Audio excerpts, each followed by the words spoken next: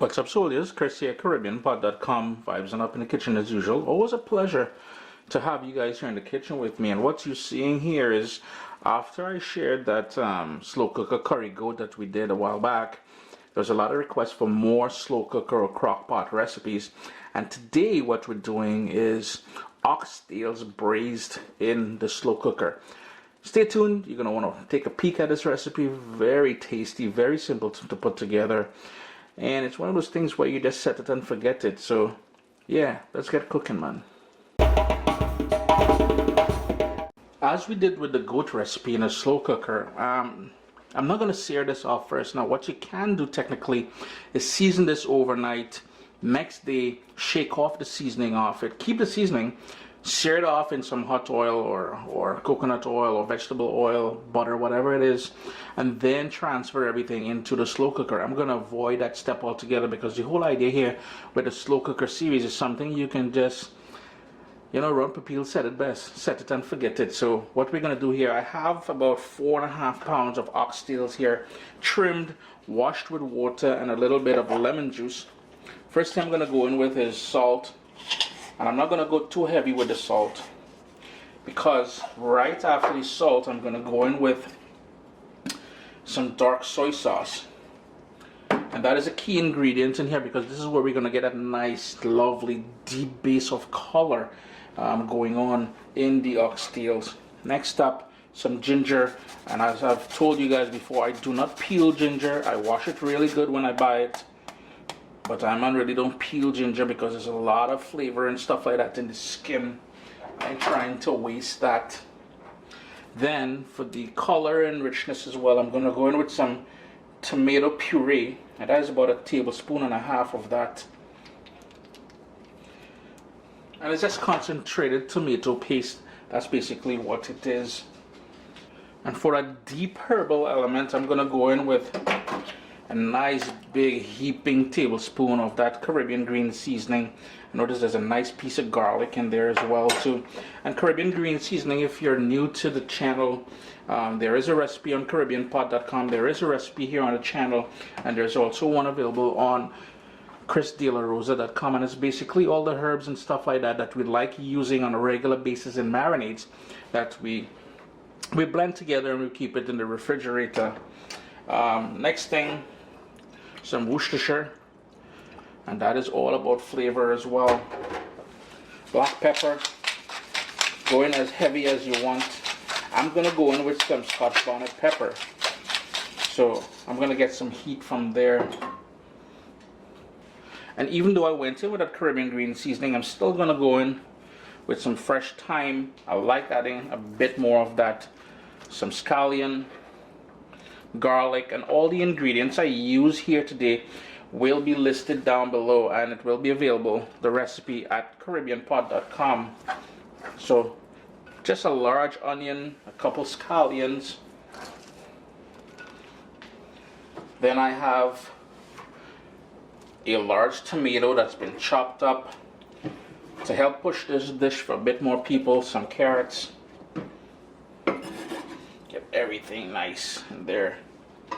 Three critical ingredients as far as I'm concerned. I've got here, well, technically you need 1 star anise, but these kind of break up on kind of things, so it's 2 kind of half dead star anise is going to go in there. We need some Caribbean sunshine, so in goes that scotch bonnet pepper. Remember, wash your hands with soap and water immediately after using such hot peppers.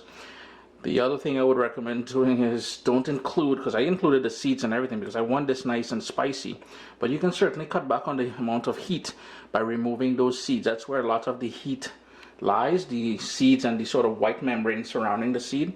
And I'm going in here, another critical ingredient, this is for color and a bit of that caramel flavor, is some Caribbean browning. And it's the Grace product. I'm not a huge fan of it. However, it is what it is. That's what I have available to me. What we're going to do now is mix that all together, and if you wanted, you can allow that to marinate overnight in the fridge. Since we're going to be cooking this for between 5 and 6 hours in the slow cooker, I don't really see the need for it, to be honest. I'm just being truthful. 2 final ingredients, and one of the reasons why I held back on the amount of salt that I added at the start there is because the soy sauce, that dark soy sauce, has a lot of sodium in it, and I'm also going in with 1 beef stock cube. Just gonna break that up. Don't worry, that's all gonna come together nicely.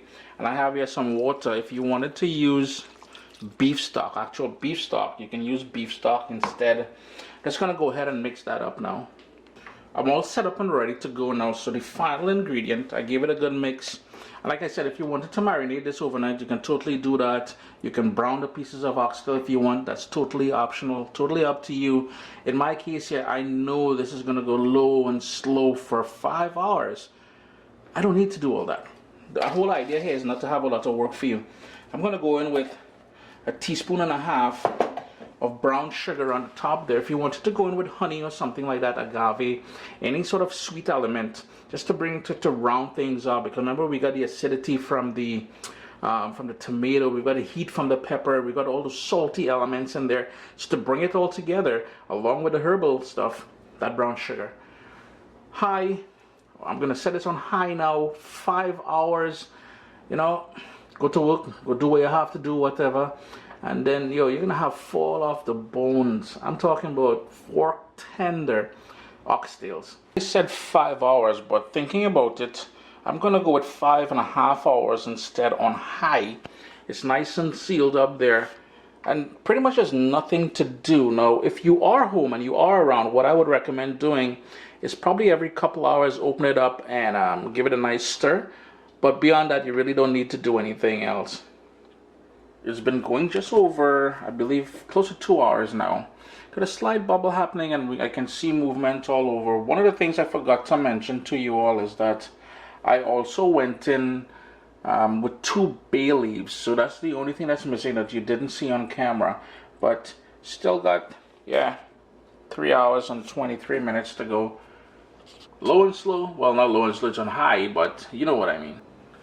With less than, that is hot. With less than 4 minutes to go, this is what we have here so far. And here's where you're gonna taste it for salt and adjust it accordingly. What I'm noticing here, I don't know if you guys can see it on camera, is that the gravy is a bit thin. So what I'm gonna do is fish out the star anise, I'm gonna fish out the sprigs of thyme, the Bayleaf, and I'm going to toss it out. Then I'm going to take the meat, separate it from the gravy, and I'm thinking I'm going to reduce that gravy down now on its own, just to thicken it up and make it nice and even more rich. Like, just look at that. It's looking deadly, boy. So there we go. I've removed all the oxtails and most of the big pieces of the carrots from the pot.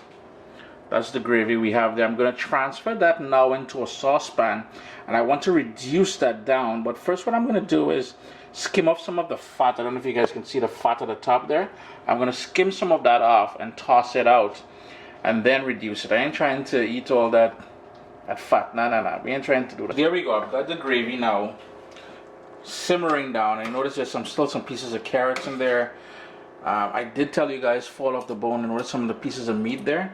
So what we're gonna reduce that, but not only reduce it, we're gonna go in with a whisk and try and get it to break down and really thicken up.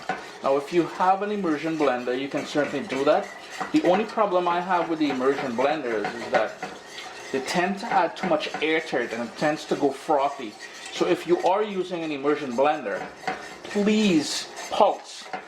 So I'm going to continue working this, reduce it, because I want a nice, smooth, thick, luscious gravy. Oh, and by the way, this is the fat that I removed. Notice all that fat there? You don't want to toss that down your sink. What I'm going to do is allow that to get hard, and then I'm going to wrap it into a paper towel and into the green bin, into the garbage. You put that down your pipes, you'll be calling the plumber. Now, with the gravy itself, you have 2 options here. You can make it nice and thick as it is here. So after whisking it quite a bit, this is what it broke down to. Or I went the extra step and I took half of it and I ran it through a strainer. And this is what I have, a nice smooth consistency here. Very thin, very jus-like. You can still reduce that down even more if you wanted to, but I'm just showing you the 2 options that you have. To be honest with you, Option 2, well, this one here is nice. I think it's a bit too thick for me, but see what? 2 options though. I went ahead and I strained it all together, and it's reduced quite a bit now. The final thing I will do here, it's on a low heat. The final thing I'm going to do here is to go in with some chopped parsley. And the reason for the chopped parsley is all that sort of greasy element to it. That parsley is going to help cut it quite a bit. I'm going to turn the heat off. Give that a quick mix in there. And that's it. Pretty much all you would do now is serve this on the side. Or in my case here, I am just going to go ahead and pour it, well, some of it, over the oxtails. Chris here, caribbeanpot.com. Always a pleasure to have you all here in the kitchen with me.